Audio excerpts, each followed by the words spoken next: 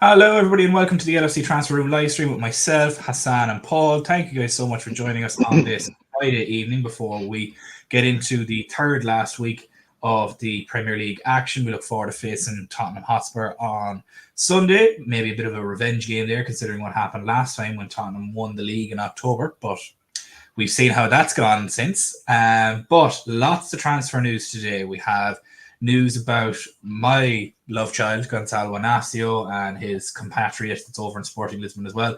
Diomande as well as partnership in the centre back role. We then have stuff on Mohammed Kudus, who is reportedly has a release clause of about 60 million euro.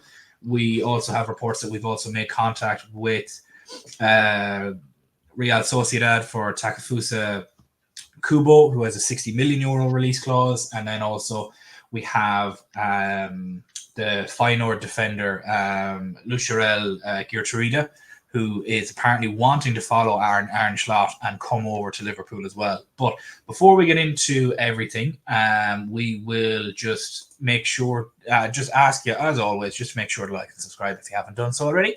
Make sure your notifications are on for all future streams and videos, and so that you never miss out. We'll also have Twitter Spaces after this, and we will then so make sure if you're only landing in late, we'll be reviewing all this and some other news topics as well in a sort of a weekly wrap up and a preview of the Premier League at the weekend too. But yeah, thank you all for joining us, and we'll just jump straight into it. First thing that I suppose we should talk about is Jurgen Klopp's press conference today, seeing as John is asking the question today.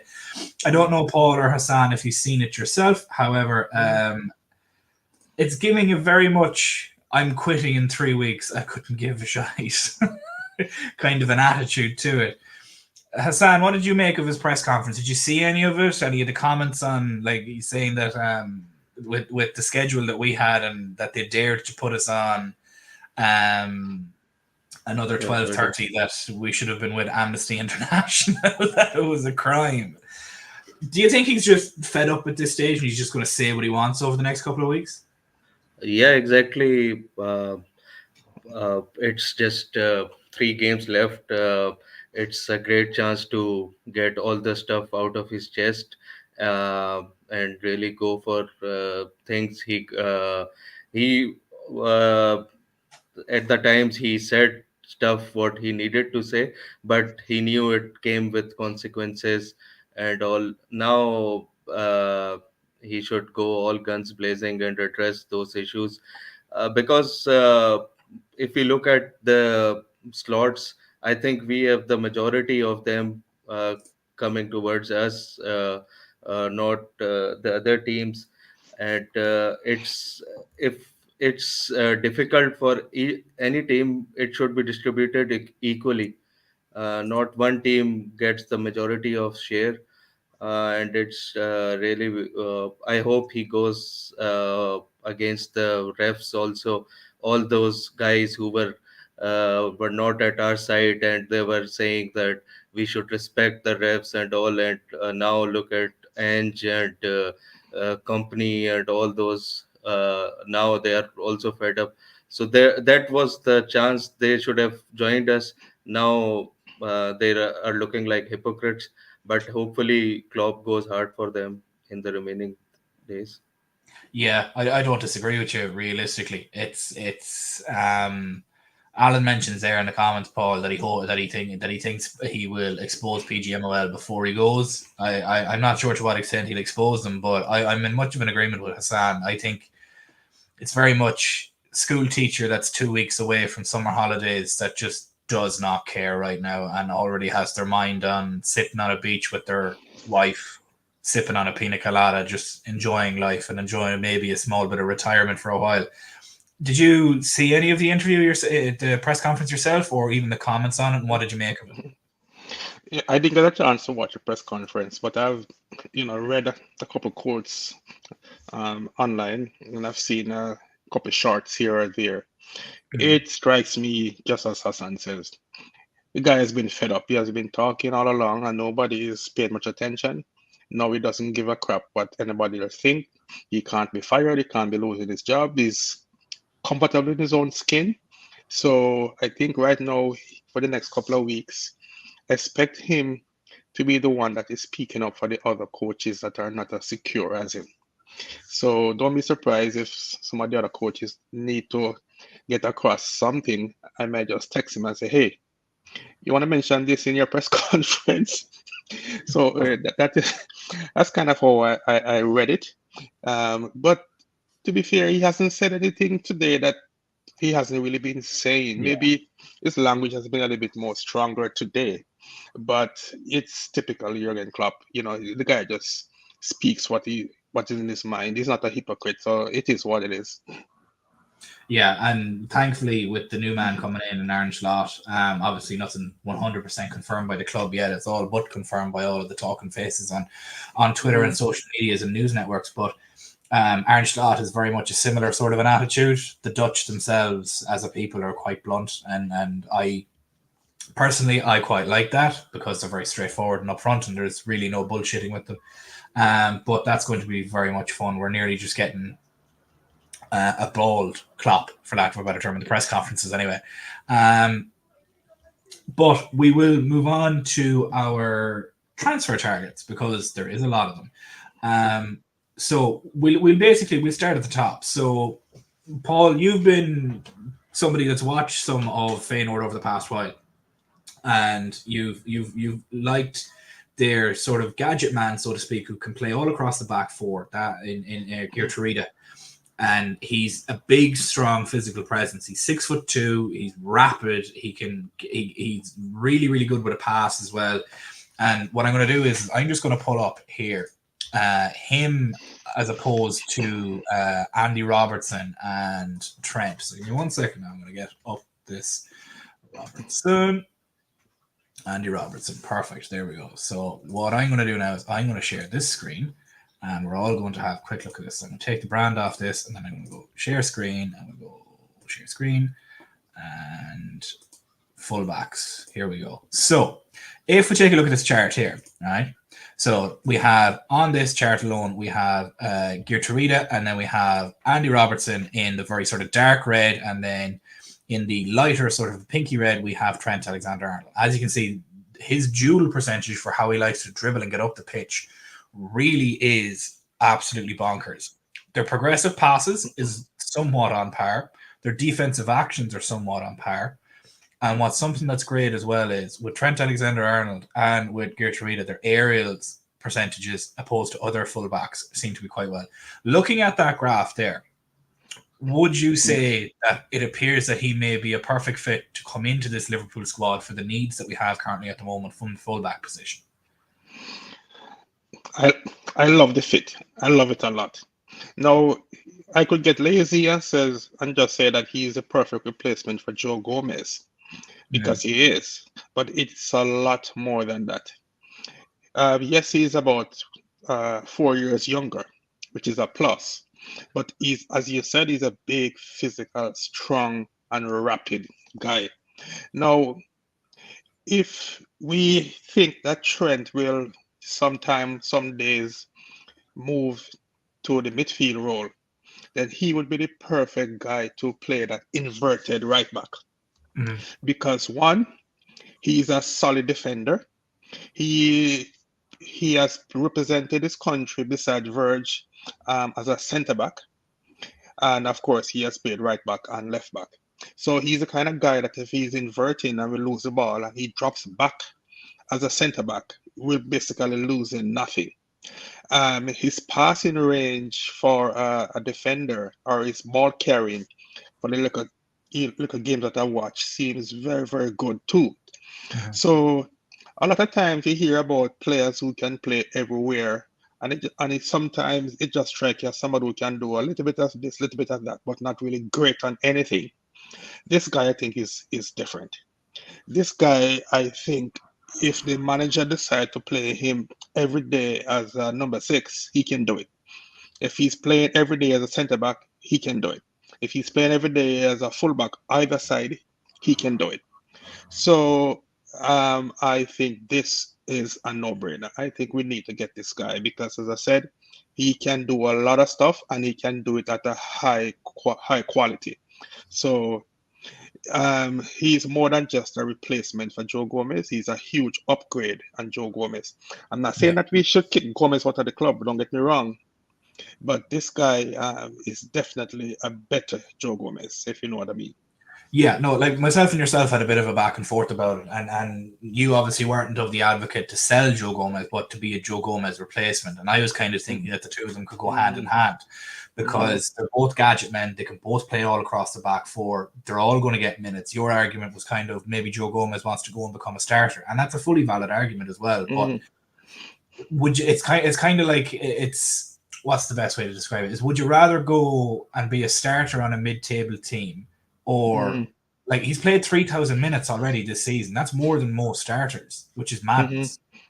So I think it's more of a minutes thing rather than anything else. Well, if you assume that they usually when players leave one team for another, usually it's a improved contract. So maybe a couple more years and maybe a little bit bigger wages. But if you get away from that and just look at the football side of it, I'm pretty sure Joe Gomez wants to continue his international career, and it's going to be extremely hard for him to constantly be in the mix to represent England if he is just a bench player at Liverpool. So there's a lot of factors that goes into players' minds when they make decisions whether they want to leave or to request a transfer. Sometimes it's money.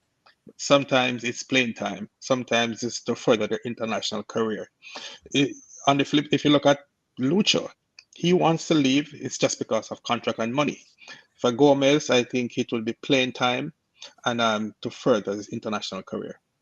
Yeah, I think to be honest, if he does leave, I think that's purely the only reason. But I think he's quite happy where now. I don't have any insider information. I obviously don't know Joe on a personal level at all. Right. But I think he's happy where he is purely because he's got 3,000 minutes this season and he's played all across the back four. He's been an instrumental part in our back four as well. And I think under Slot and how much rotation there'll be and the fact that we could be playing Champions League and there's going to be 63 to 64 games next year in total if we go all the way and everything. There's going to be a lot of minutes and a lot of starting time there for him. Yeah, but international profile. Yeah, Stephen, but if we get Geertruida, we have it's going to be hard for me to see Joe Gomez playing any minutes at right back because we have obviously we have Trent and Conor Bradley is a talent that we have to find minutes for. I'm pretty certain that we'll be getting a left back or a left-footed centre back. Yeah. So there might not be much minutes to be played on that side as well. So unless Joe Gomez is going to be like our backup centre back to get those backup minutes, because Virg is getting up there in age, and you don't want Virg to play all of too many minutes, then I will be hard pressed to see much minutes for Joe Gomez if we get somebody like Geertruida. So that was why I think there might be some validity to him want to leave. Probably he knows a little bit more than what we know. Probably gets the impression that we get in this guy and it's going to affect him. That's why he's kind of sounding the alarm from now, just in case other clubs that out there might be looking for somebody as versatile as him. So maybe his agent is just doing him a favor to just put out a word to say, hey, if you are thinking of somebody like Joe Gomez, maybe you should give Liverpool a call. Yeah, look, if he does go, Hassan, I want minimum 50 million for him.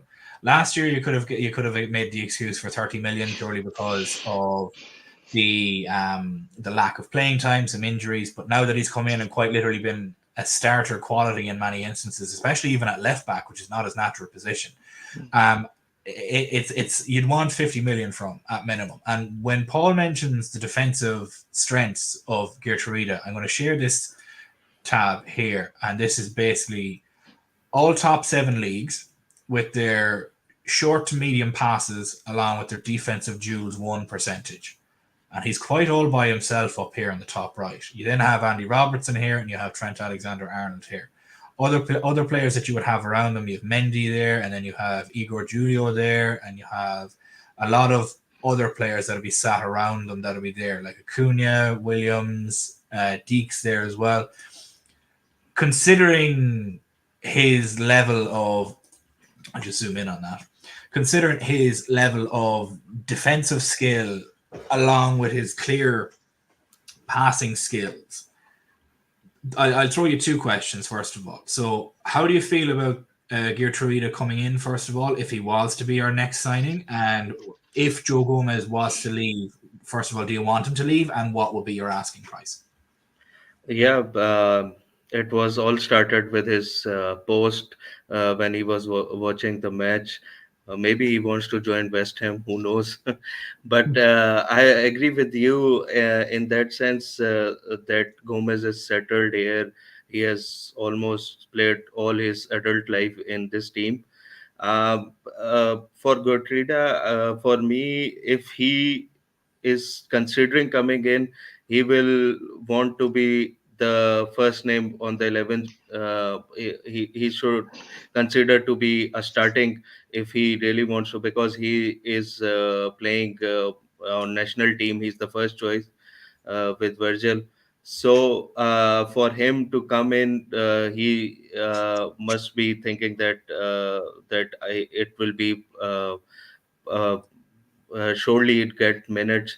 But here we will see that he will face competition. It all depends on uh, the new manager coming in.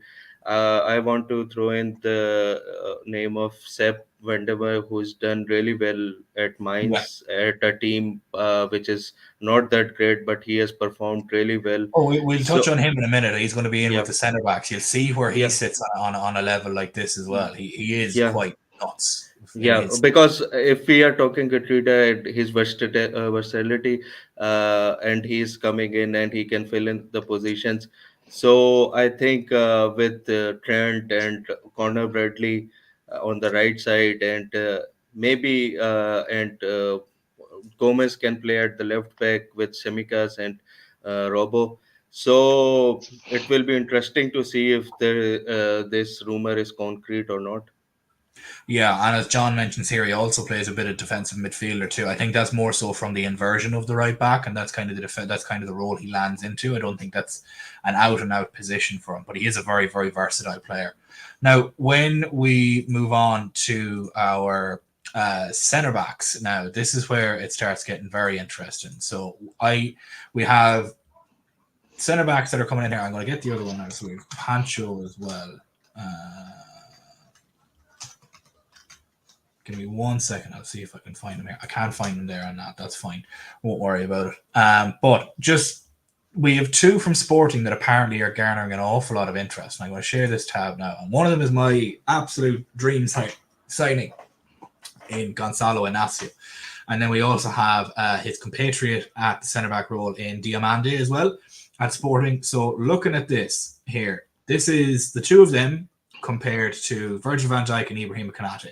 So in the green and yellow, we have Virgil van Dijk and Ibrahim Konate, and in the red or pink and blue, we have Gonzalo Inacio, and we also then have Diomande as well. So, Paul, just looking at this chart alone, and we'll move on to the other Klopp chart as well in a moment, that has the likes of Pacho and then Van de Berg as well and on it. And I think I could actually get Pacho in here if I just scroll up and see if I can put him in here. Pacho. There we go, William Pacho. So if we put Pacho in there, he comes up then as the dark red that kind of fills that out. So looking at that alone, realistically, we seem to have two very, very good centre-backs at the moment in Ibrahim Konate and Virgil van Dijk. However, the issue then lies in Ibrahim Konate seems to get injured a lot, Paul, unfortunately. And you could nearly chalk him down to miss 10 games a season purely from some muscle injuries. And it just seems to be a prolonged problem. So in order for us to possibly get somebody that can play either as the right-handed centre-back, or we could end up buying two centre-backs, one for the Ibrahim Konate position and then one for your left-sided centre-back that can play a left-back as well, your Inacio. Out of them, is like I'll take Virgil van Dijk and I'll take Konate out of it and just Can you put in Kwanzaa just for reference? I put in Kwanzaa, see if he comes in here. Jarell Kwanzaa, here we go. So that's Jarell Kwanzaa. So that's the 4 of them there. So we've Jarell Kwanzaa in the more so orange, and then we've Pacho in the very, very dark red that comes out to here. So this one here. And then we also then have Diomande in sort of the pink that goes around. And then we have Inacio in the blue. So from that alone, we know Konate and Van Dijk are some of the best of the best. These would be the other options then. So from these options here alone, what do you reckon on these? Is there anybody that jumps out straight away? Obviously, Kwanzaa seems to be jumping out massively straight away. Yeah, I believe that Kwanzaa is our future at centre back. If we, for Inacio or a player like Inacio, there's an absolute need because of his versatility on that left side. If you look across Europe, most of the top teams have at least one of the centre backs to be left-footed, you know, because it just gives you so much more flexibility.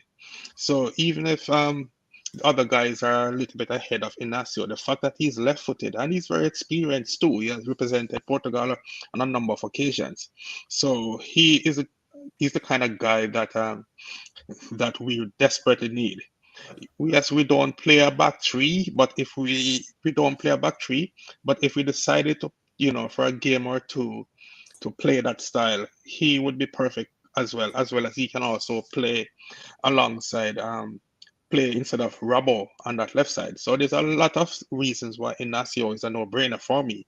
And even if you look at how Pep Guardiola likes set up his defense the last year or two, he seems to play a lot of centre backs. You know, if you look at guys like Guardiola and Nathan Ake, these are centre backs that can play left back. The advantage with that is that you are more solid defensively. You know, a guy like Rabo can give you a lot of punch going forward, but he's not the greatest defender.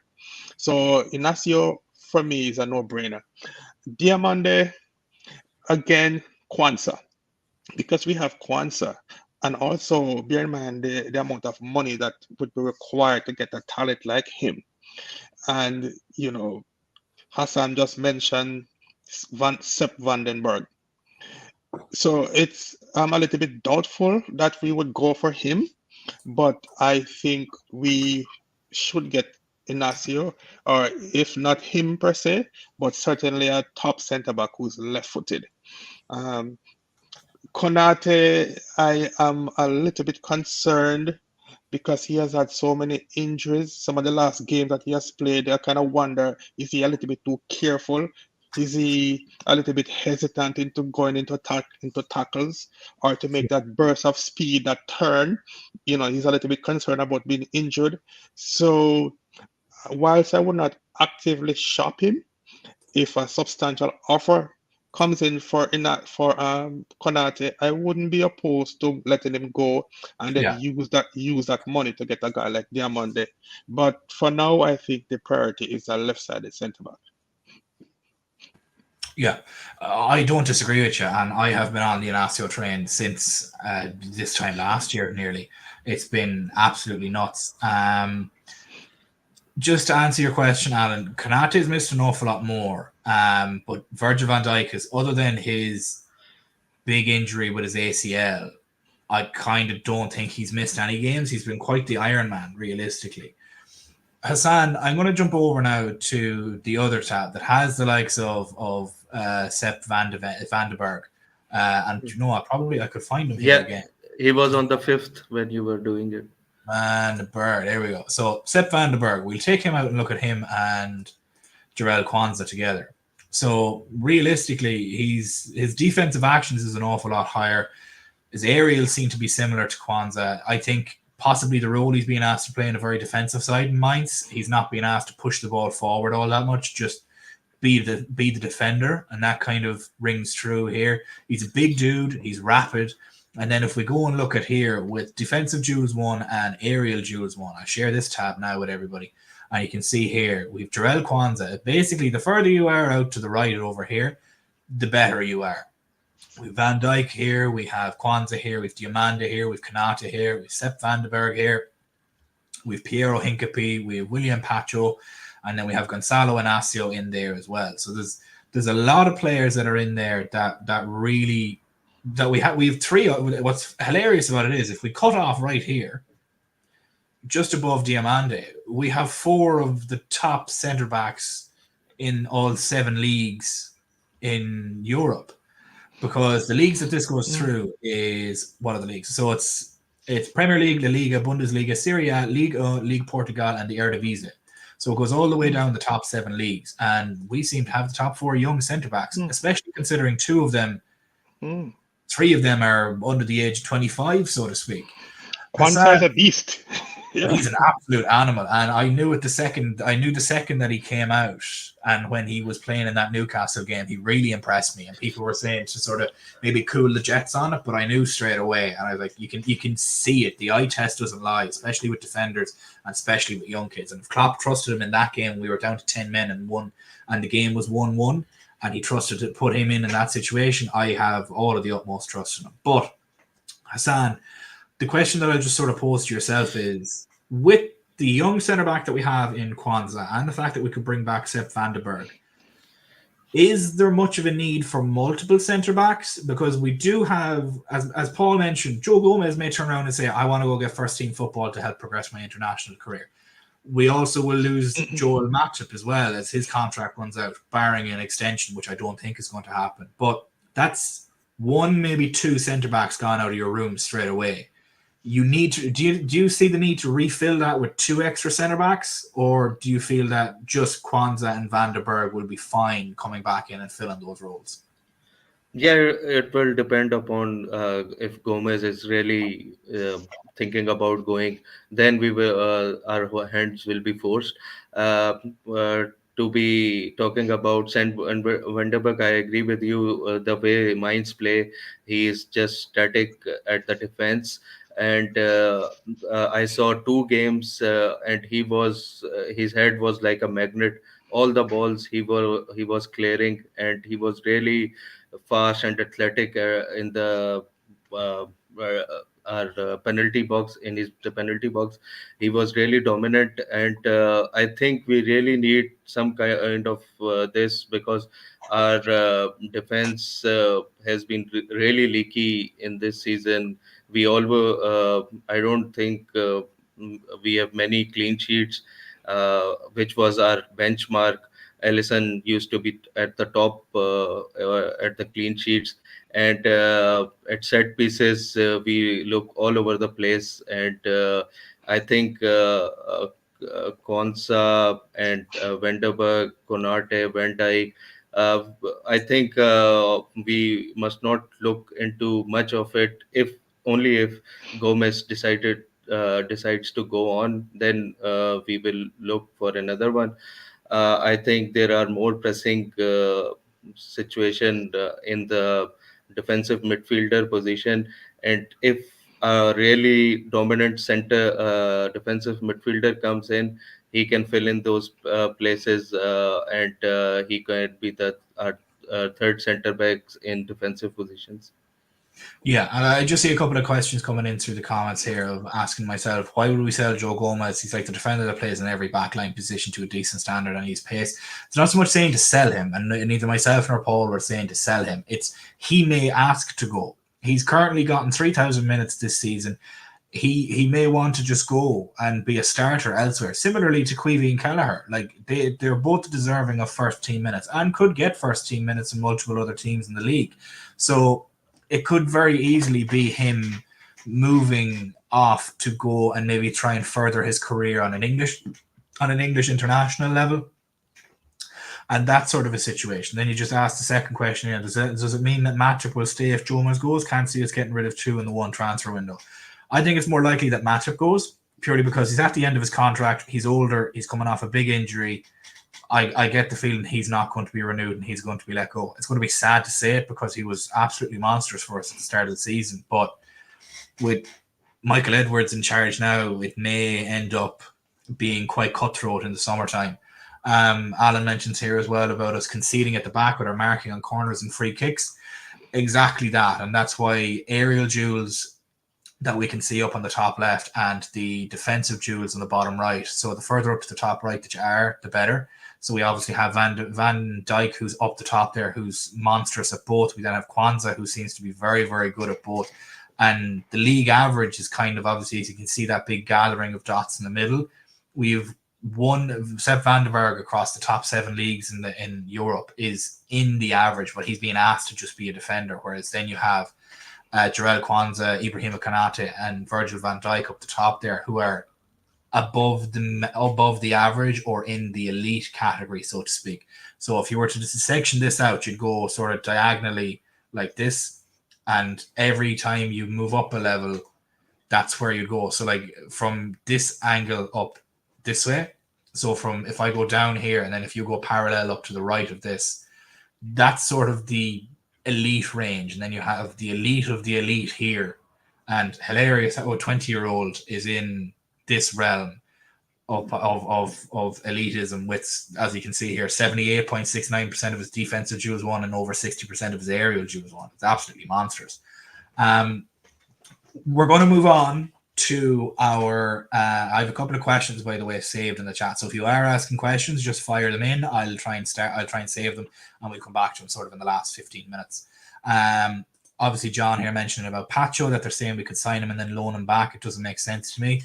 That doesn't make sense to me either. If we were going to sign him, we want him to come in and improve now rather than sending him back for a year. Like, it doesn't make sense to me, that latter part. If we're going to sign him and put him into the team. Like, why loan him back? The only reason I think we might loan him back is if we knew Sepp van der Berg was coming back.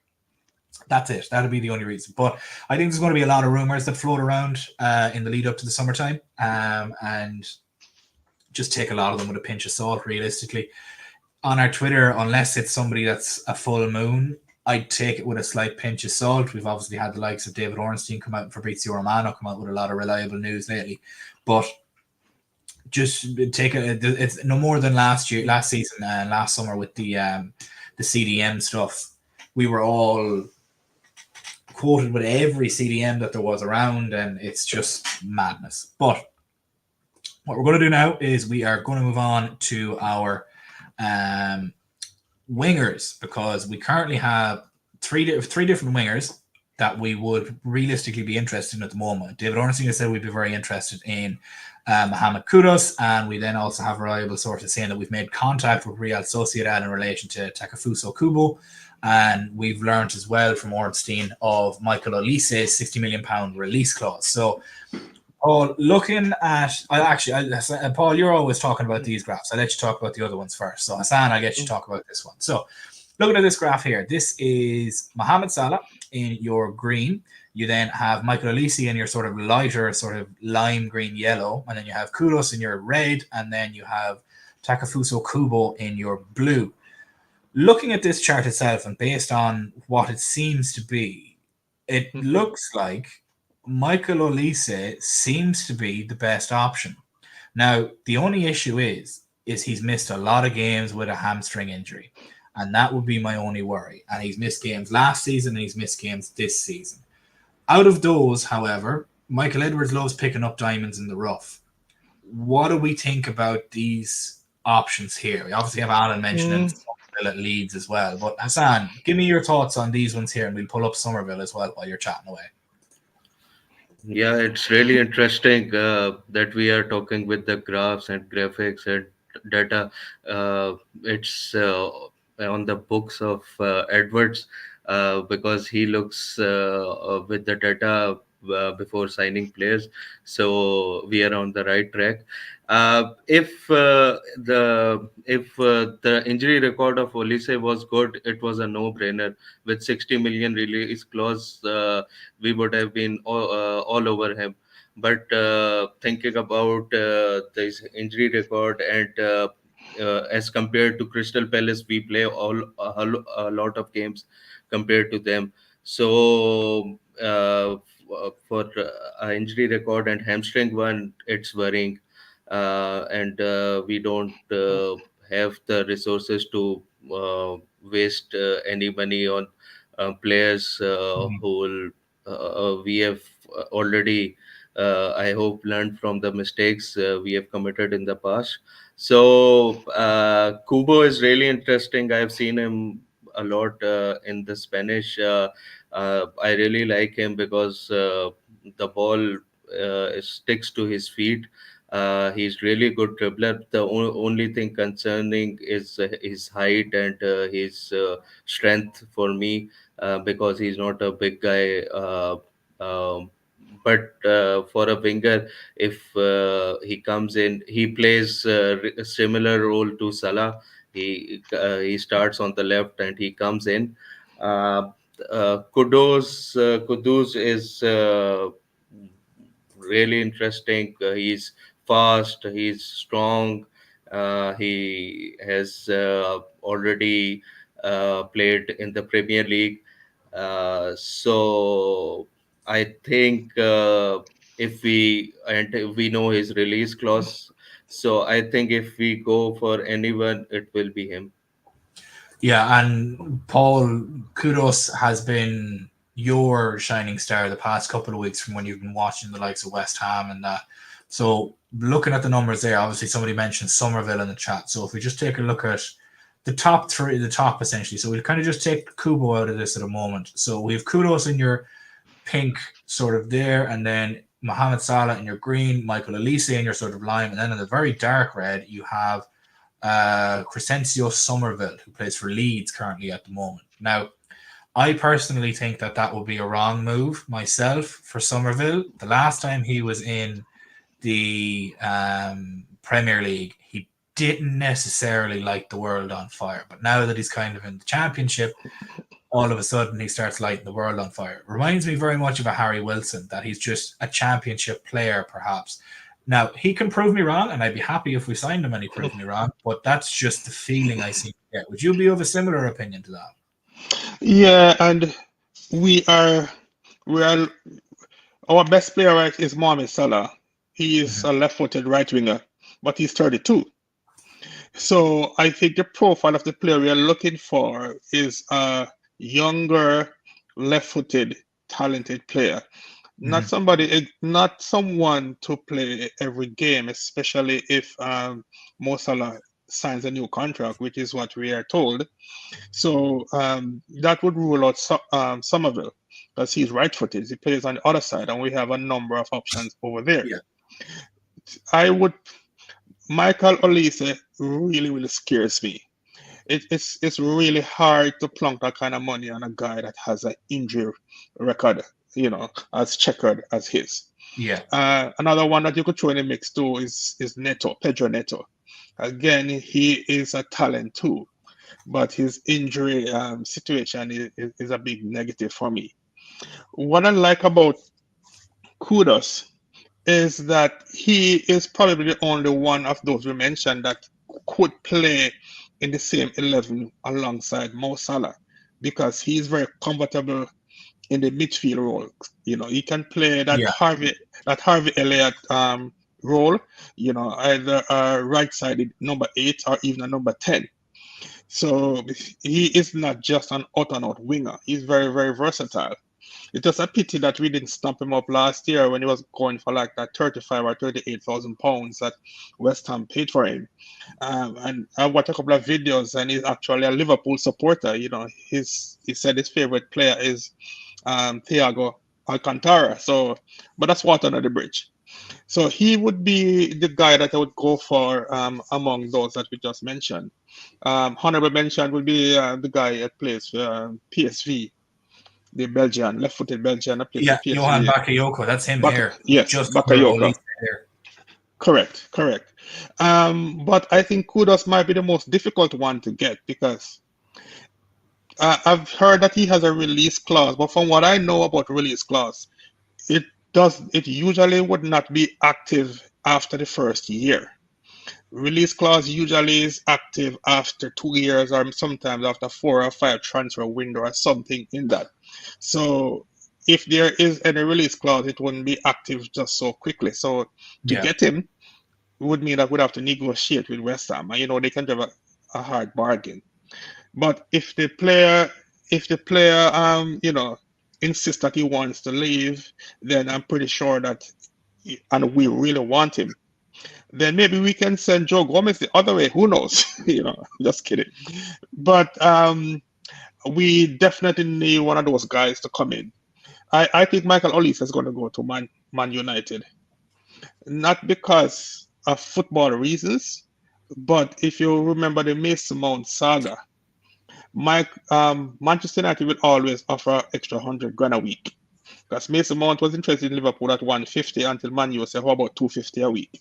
So I expect Manchester United to sign Michael Olise, which is fine by me because I'm very worried about that injury record. But I really would love Mohammed Kudus. Can you Yeah. imagine we have one Mohammed replacing another Mohammed? That would be something. Oh, it'd be beautiful. Yeah.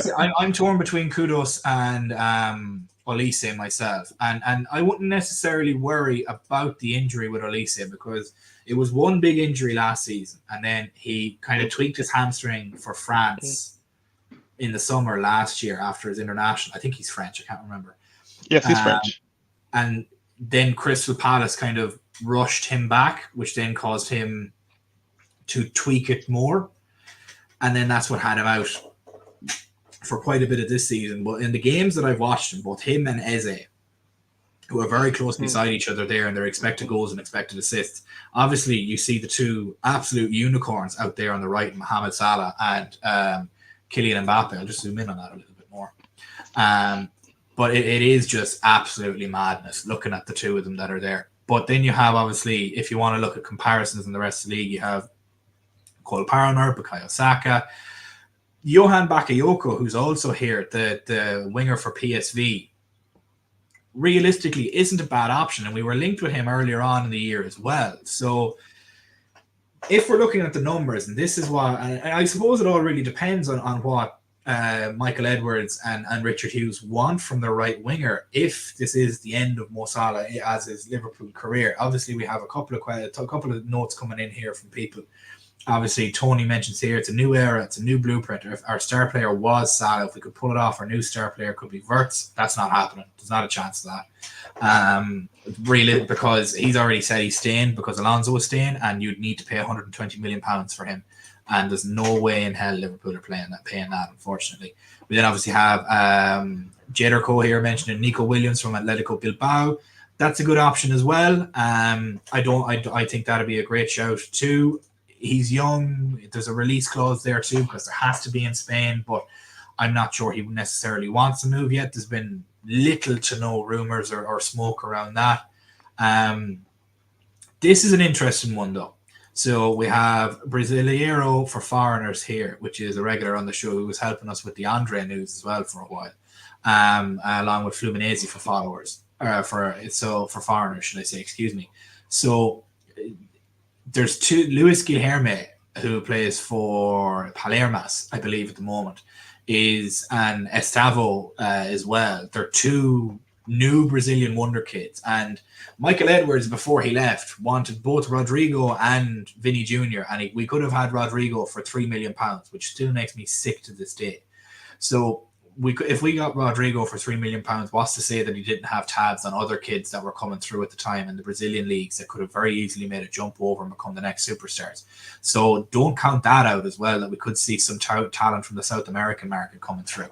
But just looking at the players that we have here, if we go down through the categories again, the averages being all here, then you have above average here, and then your elite, and then your elite of the elite unicorns are out here. So above average for Olise, Johan Bakayoko, and Eze as well. I'm not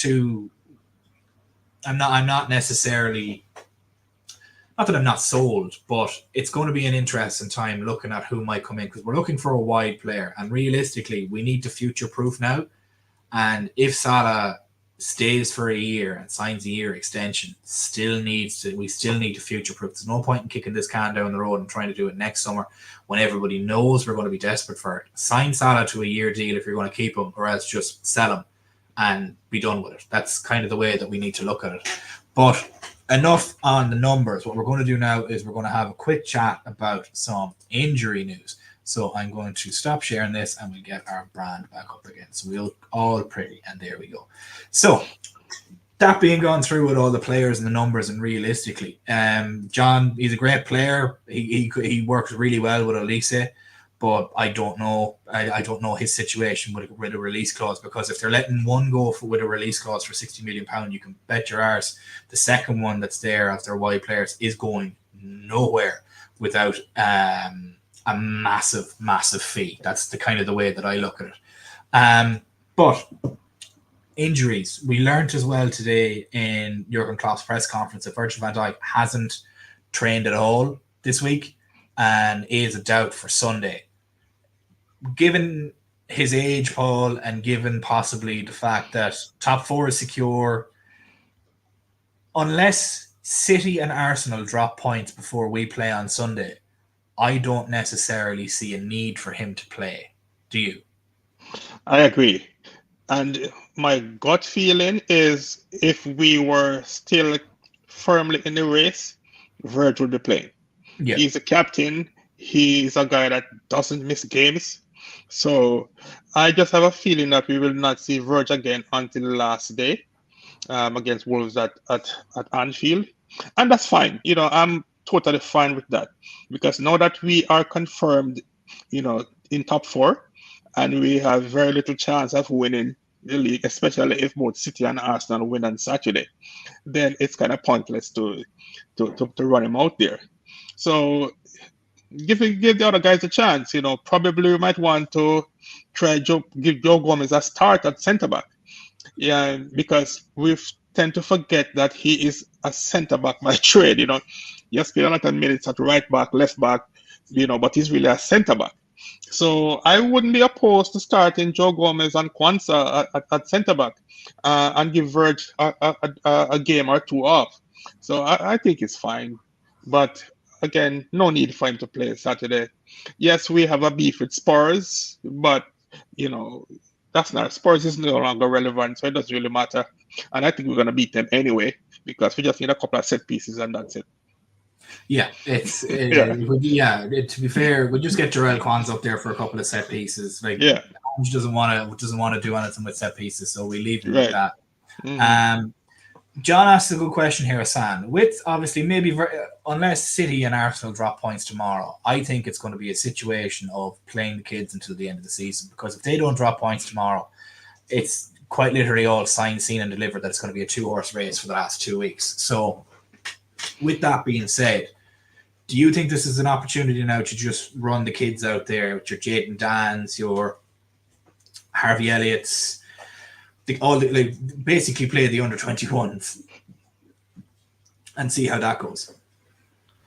I don't think necessarily, because as we have already secured the top 4, but Klopp wants to go on a high.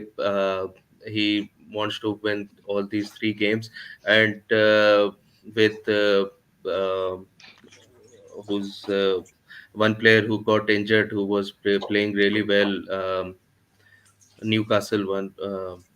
The name just vanished from my mind. He was now he's out of the season, so I think Klopp will be a bit wary of playing them and getting them injured. He wants to play the reliable ones. I agree with Paul. Maybe Gomez will get the minutes. Hopefully, he gets the goal and give one for Klopp. And I think they will get their chances. I think Dens will get some minutes, but I don't think they will start. Yeah, I don't believe so either. I think they'll get a lot of minutes, but I don't think any of them themselves are going to start. I think Jayden Dans will get minutes. I think a lot of others will get minutes as well. We have Tony here asking, you think Van Dijk will leave this summer if he gets a good offer? Where is he going to go? The only other team that he could go to that would guarantee him success is Man City, who don't necessarily need a centre-back. Or Madrid. Real Madrid, they don't need a centre-back at the moment. Their centre-backs are injured. That's it. It's just that they're injured. It's not that they need ones for next season. And Madrid is the only spot. And I don't think they have much more pressing issues, and they have to sign Kylian Mbappe as well. That fee is going to absolutely fire their salary wage all the way up with signing fee, with everything, the whole lot. So for them to then go, they've already pulled out of the Alphonso Davies deal more or less because of the fees that will be involved in it. They're just not interested in doing it anymore. But why would he go to Bayern Munich? Again, there's no competitiveness there for him. That's like him going to Saudi, realistically. And again, they don't necessarily have a need for a centre back. They have their centre backs. They paid for one last season, Kim Min Jae. He's been crap. He's been crap though. He has, but they've paid for one. They're not going to go out and pay for another. They'd be up to the shit in financial not irregularities, but they'd be right flirting the line, because I guarantee you we'd ask for 80 million easily. And he's on the cusp of getting a new deal as well, and he could easily play another 5 or 6 years. I don't see him going anywhere. Alan then asks, if Salah stays, does that change your transfer amount that we can buy new players with? No, I don't think so. I think they're planning with him to be there, and if he goes, well, then that's just extra money in the kitty for spending in the summer. So the smart thing to do is plan for him to be there, and if he isn't, well then that. And those rumors are completely unsubstantiated. They've been already proven wrong. No contact has been made by anything at all, and that's sources coming out from Germany that will be linked with Bayern. There's nobody saying that he's looking to join there. He's very much focused on Liverpool at the moment. But just looking at one of the comments here is about a CDM. Alan asks, will you guys be talking about CDM Viffer? I heard he is the heart of Feyenoord. What do you guys think about him? I know Paul has seen a bit of him, and what's his opinion? Paul, I'll come to you first on that one.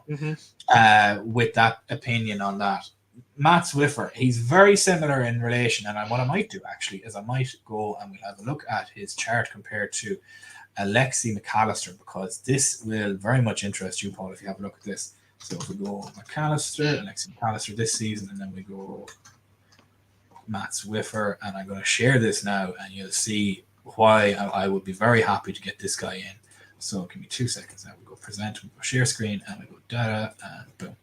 So looking at this here, you can obviously see that they're quite similar players. And this is from an Alexi McAllister that's played in 3 different positions this season already, both sides of the centre midfielder role and as a CDM. And Viffer is very much similar in his numbers either side of it. There is very little to separate them now, albeit the Eredivisie is not one of the top leagues in the continent. However, they are very similar, and that's realistically it. From watching Feyenoord yourself, what would you think about him coming in? Sort of, if we were to play a 4-2-3-1, him and McAllister in the double pivot. So there are 4 players on Feyenoord that is of interest to me. Weaver, we spoke earlier about the right back, Geertruida. There is a left-footed centre back, David Hancho, however his name is pronounced, and also the Mexican left-footed centre forward. Obviously, I really wanted Geertruida, but if I can have only one of the 4, I'm taking Weaver. Yeah, he is similar to McAllister, except in one key area. The guy is, I think he's 6'2", 6'3". Yeah, he's built like a tank. He reminds me so much of Fabinho. So you just imagine have him sitting there at the back and have McAllister just in front at the 8. He is a guy that I would sign up for right now. Of course, it's not the Premier League, so there's always that doubt that he might come and his game does not translate towards But then he also is the number 6 for the Netherlands, so that is something there. I think he's out for a couple of weeks or maybe a couple of months, injured right now, so he might even miss the Euros, which might be a shame, because that would have been a great opportunity for everybody to see him. And he's like 23. 23 is a really young guy. But I like my number, you know me, Stephen. I like my number 6 to be big, strong, physical. I don't like my number 6 to be 5'8", 5'9". I like him to be 6'2", 6'3", strong, can play centre back if needed, and can make a pass and can just clean up. So I am all for him. Yeah, he really is a good one to look at. Hassan, we then also have some have in the chat here as well. If you bear with me 1 second, we'll switch ourselves back here. So in the chat as well, before we finish up, We have Brasileiros, foreigners. We want to talk about one DM that is Andre Trinidad, and that's not a name we've heard in quite a long time on this channel. More so because we've not been interested in him since last summer, and there was no move for him in January or anything like that. Is this something you would revisit this summer coming, Andre to bring in as part of that double pivot, or have we moved on at this point? Yeah, I agree with Paul a lot that we need a midfielder, a defensive midfielder who's tall and strong, who can uh, come in the defense and helpful there. Because with these players, we have in aerial duels and set pieces, we have struggled. Uh, when Fabinho was here, he was really good in defensive situations, especially clearing the ball and giving it to the forwards. So I don't think Andre is tall like Weaver. So I think we have moved on because there's no link after last summer when he decided to stay there. So I think we have moved on, and we'll be looking at someone who's young and he has a high ceiling and be strong. And Slot knows him; he can integrate him to the team. So I think he looks likely be more realistic. Yeah, I think he will be as well. And especially with the already established relationship with Arne Slot as well, it'll be a very easy transition to come over because he knows his strengths. Similarly with Geertruida as well. But see, the only problem is then it's just I don't think we'll get two players and a manager from them. Just a couple of things before we finish up. I'll just address a couple of comments. We have Holton here saying Olise is injury prone. We addressed it earlier, and just his injury came last season. He had a big injury in his hamstring last season, and then that was healed. And during the summer, when he was playing international football, it tweaked again. He was rushed back with Palace, which then aggravated it, which kept him out for longer. That's probably the guts of it. A hamstring problem can niggle for quite a while, but hopefully this isn't going to be one of those things. Brasileiro again asking, what do you guys think of Bruno Guimaraes? Not for me, and especially with the release clause of 100 million, I don't. I think he's overrated too.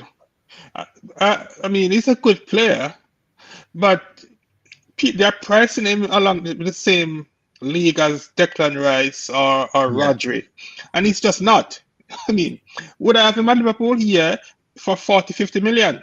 But 100 million? Oh, not a chance. He's not a $100 million player. No. He's overrated.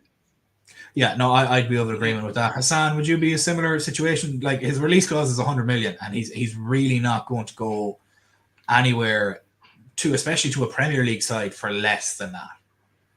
Yeah, I agree because his release clause is really high.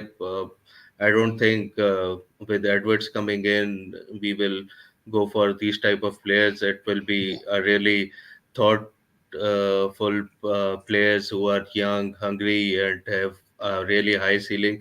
We'll go for the players because we don't need so much an upgrade and revamp needed. We need to be intelligent and fill in the gaps which were looked at and felt in this season. I think we will address them, and with new coach, so many new players coming in, it affects. We have seen at Chelsea what it all brings. So it will be the players who already here, strong base already, and some really good strategic, tactically placed players who we will go after. Yeah, I think so as well. that is where we're going to leave it for today, guys. Thank you guys so much for joining us this evening. Apologies we didn't get to your questions there towards the end, but please make sure if you want to get those questions in relation to anything about Liverpool or even about the Premier League this weekend, we're going to have a Twitter Spaces in about 10 minutes time. I'll be hosting that, so make sure to come along there. And otherwise, thank you guys so much for joining us. For myself, Hassan and Paul, we hope everybody has a wonderful weekend. And we'll see you guys again tomorrow for our pre-game stream with Richie, who'll be on at 7:30 UK time tomorrow, Saturday. And if you haven't done so already, please make sure to like and subscribe. Have your notifications on for all future streams and videos so that you never miss out on any streams. Thank you guys so much for joining us. We hope everybody has a wonderful evening, and goodbye.